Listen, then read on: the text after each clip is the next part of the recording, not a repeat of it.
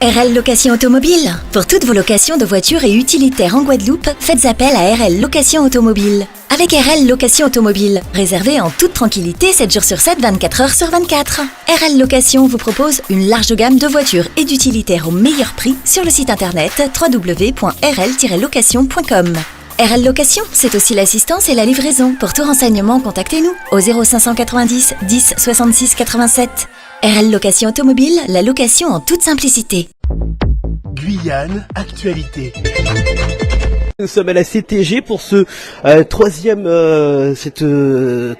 séminaire sur le projet de le CHRU, le centre hospitalier.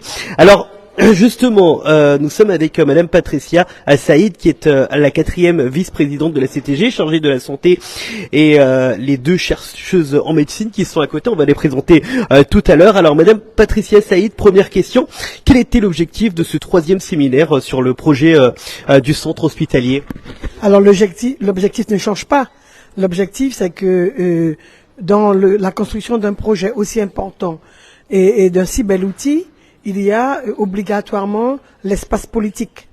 Et cet espace politique, la collectivité, qui est la collectivité majeure de Guyane et qui, en son sein, doit délibérer de la politique de santé, c'est donner les moyens d'occuper cet espace, mais pas se l'occuper seul, réunir des professionnels, tout profil de compétences, mais aussi de pouvoir montrer que la Guyane avait un potentiel qui existait, que ce soit sur la Guyane, mais ailleurs.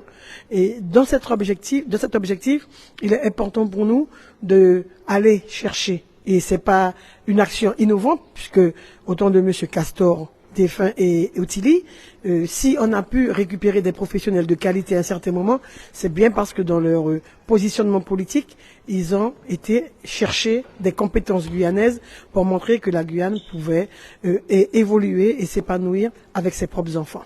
Alors un séminaire qui dure plusieurs jours parce que justement jusqu'au 16 janvier on peut retrouver le programme, donc c'est important de pouvoir justement échanger avec les plus jeunes, puisqu'il y a un déplacement sur le terrain, donc important de mettre en place tout cela.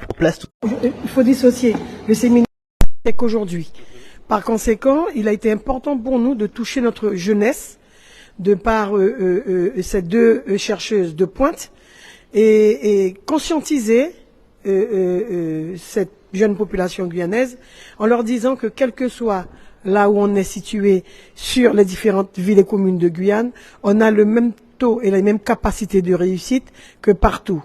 Et la présentation d'Erika et de Laetitia a démontré que de par leur parcours, puisque elles ne sont pas restées qu'en Guyane pour toucher à la hauteur de leurs compétences, sans hésitation, elles ont été un petit peu partout, Canada, en Amérique, plusieurs régions de France, Suisse, et elles ont surtout, au Royaume-Uni pour Erika et pour Laetitia, elles ont surtout démontré le potentiel guyanais qui existait, tout en prenant en considération ce qui leur était offert, mais sans hésiter à démontrer que leur cœur était un cœur guyanais et que en Guyane, contrairement à ce que peuvent penser une partie de notre jeunesse, quand on en voit ailleurs, on en voit de la qualité.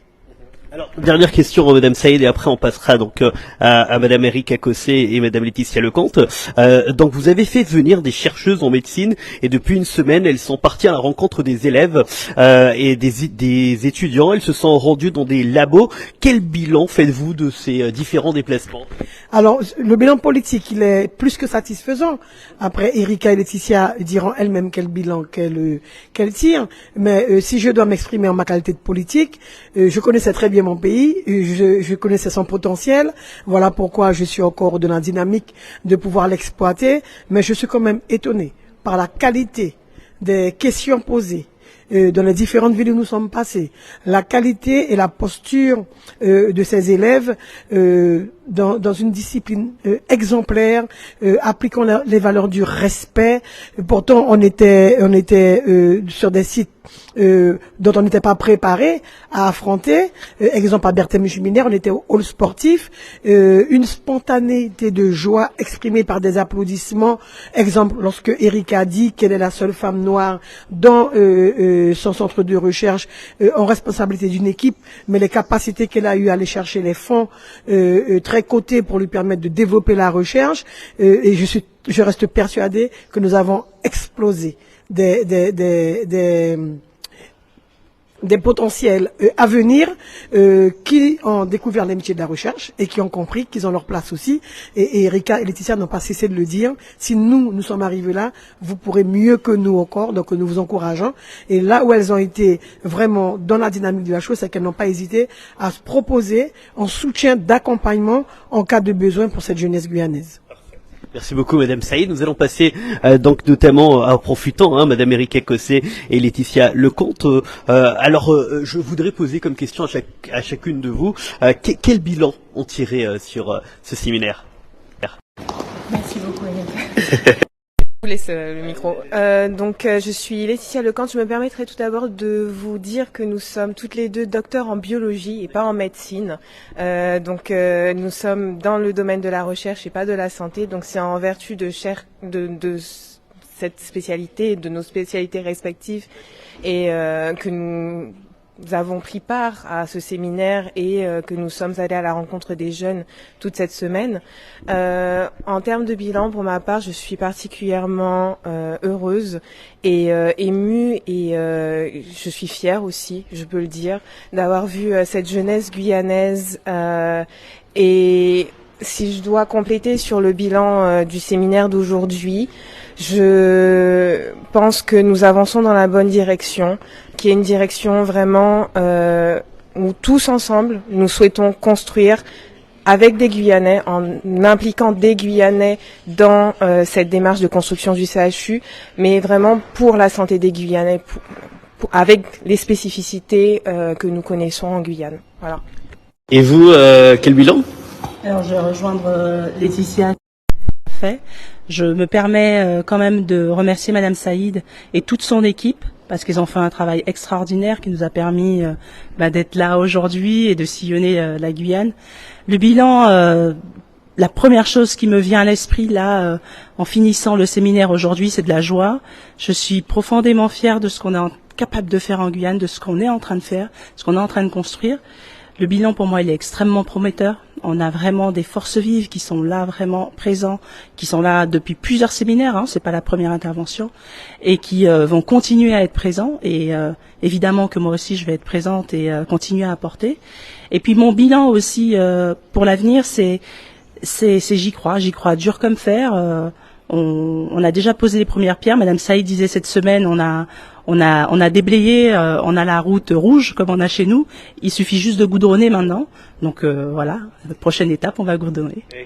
Alors dernière question justement, je vais vous poser donc à toutes deux et j'ai commencé par vous cette fois-ci.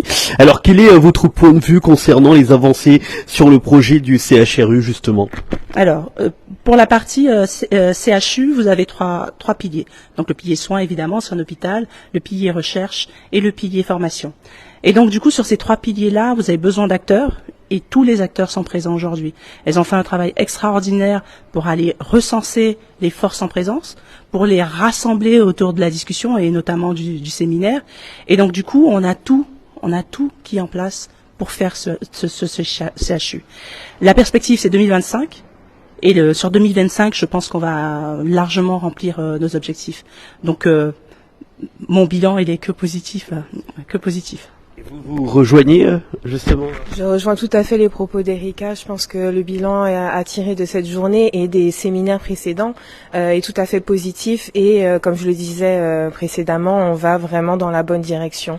Et 2025, j'y crois en fait. O-News Radio sur outremernews.fr.